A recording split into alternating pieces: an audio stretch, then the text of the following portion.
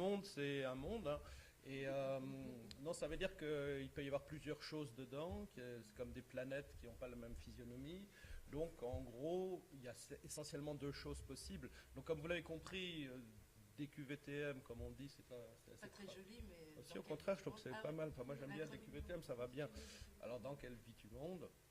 C'est un échange, une réflexion qui associe donc des locuteurs de nature différente, mais principalement des artistes contemporains, et auxquels on adjoint des scientifiques, des chercheurs, des philosophes, etc., et autour d'une thématique qui est celle du développement durable.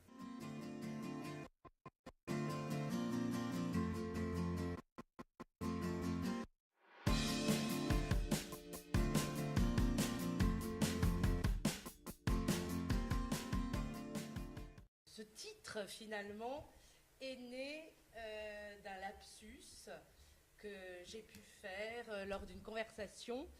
Et au lieu de dire mais dans quel monde tu vis, ma langue a fourché et ça a donné dans quelle vie tu mondes.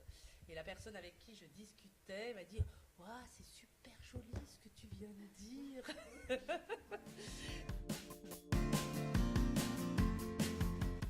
Frédéric a dit que tout était né d'un lapsus, c'est très joli et très poétique, mais il faut dire aussi autre chose qui est plus pragmatique, c'est qu'au départ on avait eu l'idée, grâce à Laurent Jams et à Frédéric Le Cerf, de faire un grand événement en Chine, à Pékin, qui aurait été une exposition franco-chinoise avec dialogue, et on s'est dit oui, bon, est-ce qu'on peut faire ça d'un seul coup? Il faut le préparer. Donc on était parti sur l'idée d'une préparation, et puis après, la troisième étape, ça a été de dire, après tout, ne voyons pas ça comme un but à atteindre et puis une préparation, il faut mieux faire quelque chose comme un work in progress, quelque chose qui va évoluer, et donc on est parti de l'idée de faire cet grand événement dans quelle vie tu mondes, on est passé à l'idée de faire des mondes successifs, monde 1, monde 2, monde 3, ce qui nous permet, ce qui a le grand avantage de ne pas avoir de limite, c'est-à-dire qu'on peut aller jusqu'au monde 555 si on veut, ou 666, je ne sais pas. Mais pour le moment, on en est au monde 4.